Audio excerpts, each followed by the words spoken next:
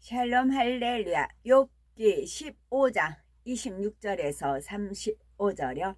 그는 목을 세우고 방패를 들고 하나님께 달려드니 그의 얼굴에는 살이 찌고 허리에는 기름이 엉기었고 그는 황폐한 성읍 사람이 살지 아니하는 집 돌무더기가 될 곳에 거주하였음이니라. 그는 부유하지 못하고 재산이 보존되지 못하고 그의 소유가 땅에서 증식되지 못할 것이라. 어두운 곳을 떠나지 못하리니 불꽃이 그의 가지를 말릴 것이라. 하나님의 입김으로 그가 불려가리라. 그가 스스로 쏘가 허무한 것을 믿지 아니할 것은 허무한 것이 그의 보응이 될 것임이라. 그의 날이 이르기 전에 그 일이 이루어질 것인즉 그의 가지가 푸르지 못하리니 포도 열매가 익기 전에 떨어짐 같고 감람꽃이 곧 떨어짐 같으리라. 경건하지 못한 무리는 자식을 낳지 못할 것이며 뇌물을 받는 자의 장막은 불탈 것이라. 그들은 재난을 잉태하고 재앙을 낳으며 그들의 뱃속에 속임을 준비하느니라. 아멘. 욥기입니다. 욥을 향해 혹독히 저주한 엘리바스의 모습에서 우리 인생들의 마음을 해부해서 살펴봅니다. 욥기 15장 26에서 28절을 보면 그는 목을 굳게 하고 두터운 방패로 하나님을 치려고 달려가나니 사람이 살지 아니하는 집 돌무더기가 될 곳이 거하였음이니라 했습니다. 여기서 목을 굳게 한다는 것은 바로 교만한 사람의 모습을 말합니다. 또 두터운 방패로 하나님을 치려고 달려간다는 것은 하나님 앞에 계속 불순종해 나가는 것을 말하지요. 엘리바스는 욥이 이처럼 교만하고 불순종하는 사람이라고 설명하고 있습니다. 얼굴에 살이 찌고 허리에 기름이 엉겼다는 것은 좋은 음식을 잘 먹어서 살이 찌고 배가 나온 모습을 묘사한 것이며 물질적으로는 부요한 상태를 의미합니다. 다시 말하면 욥이 교만해져서 하나님을 배반한 이유는 물질의 부요함 때문이라는 것입니다. 예를 들어 이스라엘 백성이 하나님을 잘 섬겼을 때에는 태평성대를 누렸습니다. 그런데 물질적으로 풍족하여 어려움이 없으면 이내 우상을 섬기고 하나님을 배신하였지요.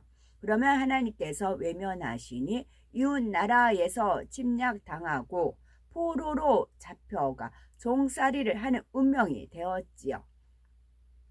나라가 망하니 성이 황폐해지고 성 안에 사람이 살지 않으니 짐승이 우글거리고 황무한 성읍이 되고 말았습니다.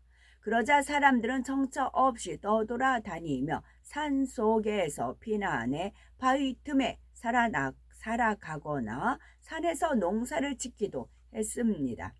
엘리바스는 바로 욥이 그런 사람임을 비유 들어 설명하고 있습니다. 욥은 큰 부와 명예가 있었는데 하나님을 배반하니 하루아침에 자녀와 재산을 다 잃고 악창의 고통 속에 먹을 것도 없는 비참한 운명에 놓이게 되었다는 것입니다. 엘리바스는 욥을 판단 정죄할 뿐 아니라 혹독하게 저주하고 있는데 이는 바로 시기 질투 때문입니다. 지난날 욥이 부요하여 이웃을 도와주고 타인으로부터 존경을 받는 상황에서는 친구들도 욥을 사랑하는 척하며 서로 교제를 해왔지요. 그런데 이들의 마음속에는 항상 욥에 대해 시기와 질투심이 있었습니다. 부러움의 대상이었던 욥이 이제는 멸망의 길을 가고 있으니 마음속에 가졌던 시기와 질투심이 폭발해 나오고 있는 것이지요. 친구들은 욥의 입에서 하나님을 대적하는 말들이 나오자 이를 빌미로 마음껏 책망하며 저주를 퍼붓고 있는 것이지요. 욥기 15장 29에서 30절 그는 부요하지 못하고 재산이 항상 있지 못하며 그 산업이 땅에서 증식되지 못할 것이며 흑암한 대를 떠나지 못하리니 불꽃이 그 가지를 말릴 것이라. 하나님의 입김이 그를 떠나리라 했습니다.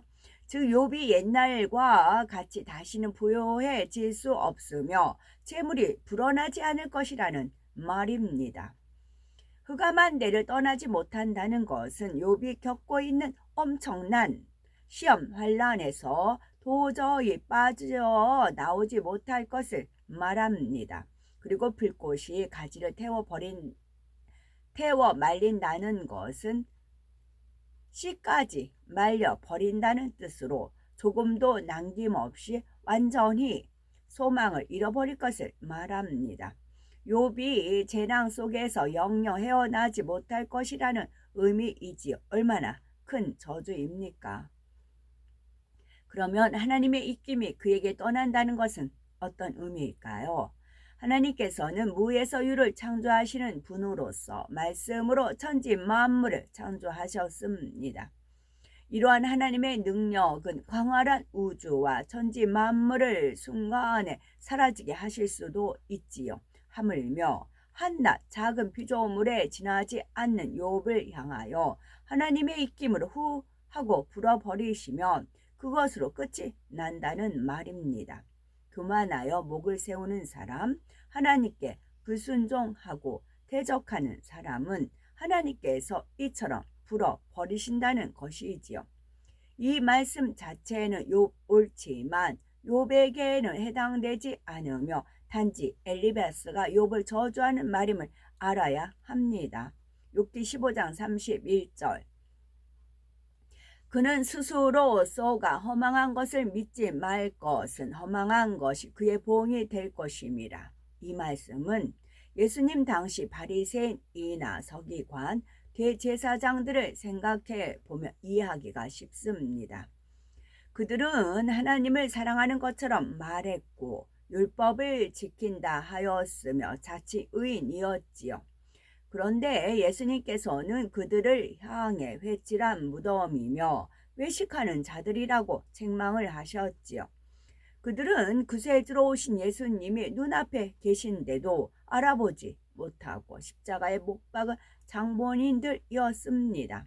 그러나 본인들은 모세의 율법을 잘 지키고 하나님을 잘 믿고 있다고 생각했으니 스스로 쏟고 있었으며 결국 멸망의 길로 가고 말았지요. 엘리바스는 욥을 이러한 예식주의자로 취급하고 있는 것입니다. 욥아, 너는 자칭 의인이라고 했지만 스스로 속은 것이요 결국 너에게 임한 것은 멸망이 아니냐? 너는 다 잃어버리고 아무것도 없지 않느냐? 라고 말하는 것이지요. 욥기 15장 32에서 33절을 보면 그의 날이 이르기 전에 그 일이 이룰 것인즉 그 가지가 푸르지 못하리니 포도 열매가 익기 전에 떨어짐 같고 감람꽃이 곧 떨어짐 같으리라. 그의 날이 이르기 전에 즉 욥 네가 광명을 보기 전에 지금까지 말했던 저주들이 임할 것이니 너는 회복될 것을 꿈도 꾸지 마라. 이렇게 말하고 있는 것입니다.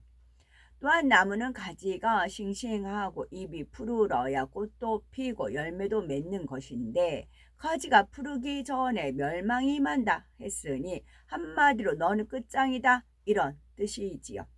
엘리바스는 욥에게 앞으로 회복될 것이라는 어떤 희망도 아무 소망도 갖지 말라고 하고 있습니다. 만일 포도 열매가 주렁주렁 열렸는데 미처 익기도 전에 병충해로 다 떨어진다면 얼마나 허망한 일입니까? 또 감람나무 꽃이 비바람에 너무 빨리 져버리면 열매를 맺는데 큰 지장이 있지요. 엘리바스는 욥의 운명이 바로 이와 같다고 말하고 있는 것입니다. 여기서 포도 열매에 대한 영적 의미를 살펴봅니다. 예수님께서는 제자들에게 나는 포도나무요 너희는 가지니라고 말씀하셨습니다. 포도나무에 가지가 잘 붙어 있어야 꽃이 피고 열매를 맺습니다. 만일 나무에서 가지가 떨어져 나간다면 금세 말라 버리고 짓밟히게 되며 결국 불사름을 당하게 되지요. 이와 마찬가지로 우리가 예수 그리스도 안에서 떠난다면, 즉 진리 안에 살아가지 않는다면 쭉정이 신자가 되어 심판날에 지옥불에 떨어질 수밖에 없습니다. 이는 바로 포도 열매가 익기 전에 떨어짐과 같지요. 우리의 신앙생활에서도 이러한 일이 많습니다. 열매가 맺힌 나무에 비바람이 불면 연약한 가지는 잘려나가고 열매는 우수수 떨어지고 맙니다.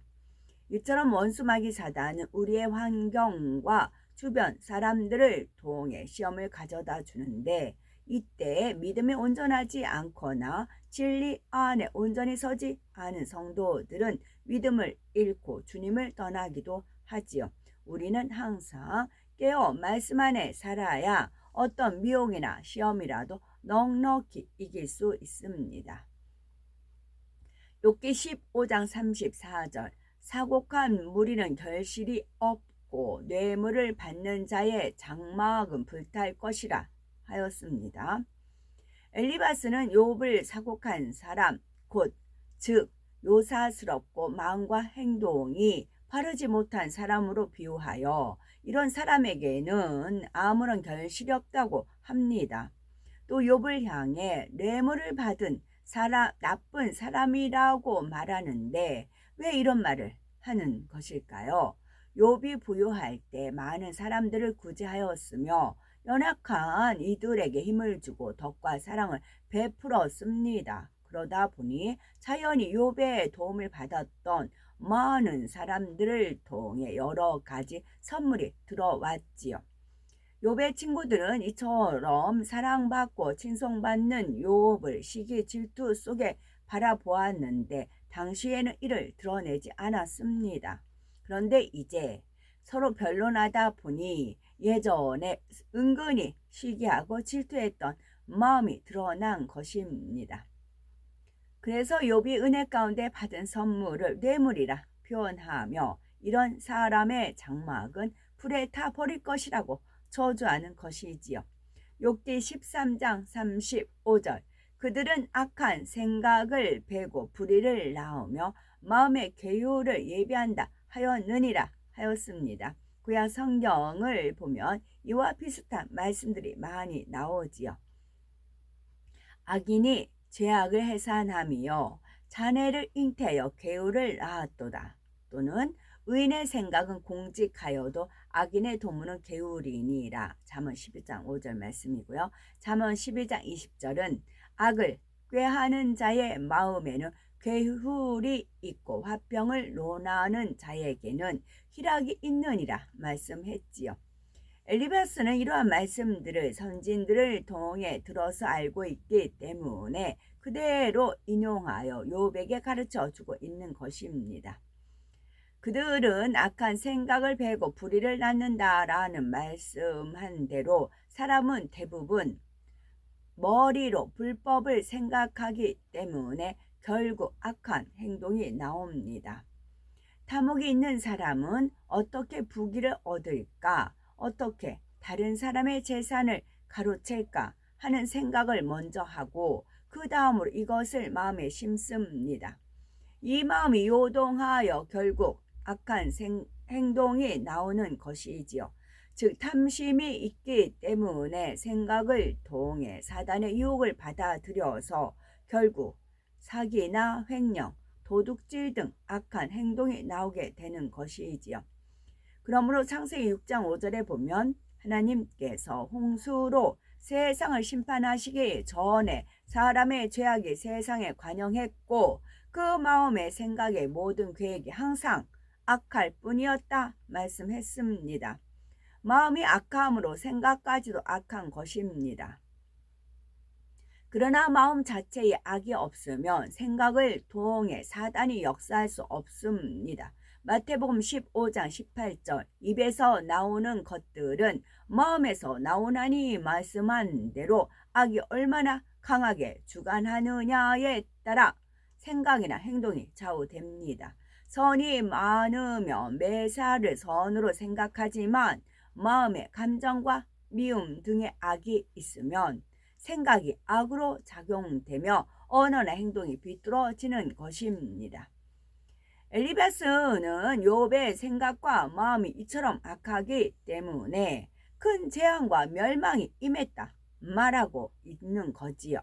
지금까지 욥의 모습을 보며 하나님 앞에 항변하고 따지는 등 악하고 교만한 모습을 보인 것은 사실입니다. 그러나 이는 연단 중에 드러나는 악의 모습일 뿐 욥은 엘리바스가 말하는 것처럼 사곡하고 가증한 사람이 아닙니다.